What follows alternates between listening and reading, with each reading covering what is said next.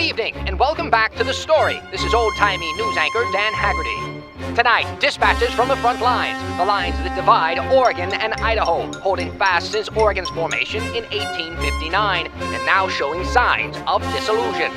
The source of the wavering borderline seems to be a Lapine, Oregon man by the name of Mike McCarter, seeking a more conservative lifestyle in the wake of Oregon's consistency as a so-called blue state. McCarter formed the Move Oregon's Border for a Greater Idaho group. So instead of uprooting his own lifestyle, McCarter is petitioning 18 Oregon counties to allow Idaho to absorb it, forming a super state known as Greater Idaho.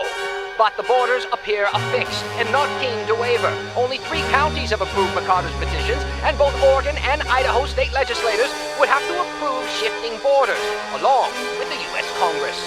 This has been a dispatch from the front line with old-timey news anchor Dan Haggerty.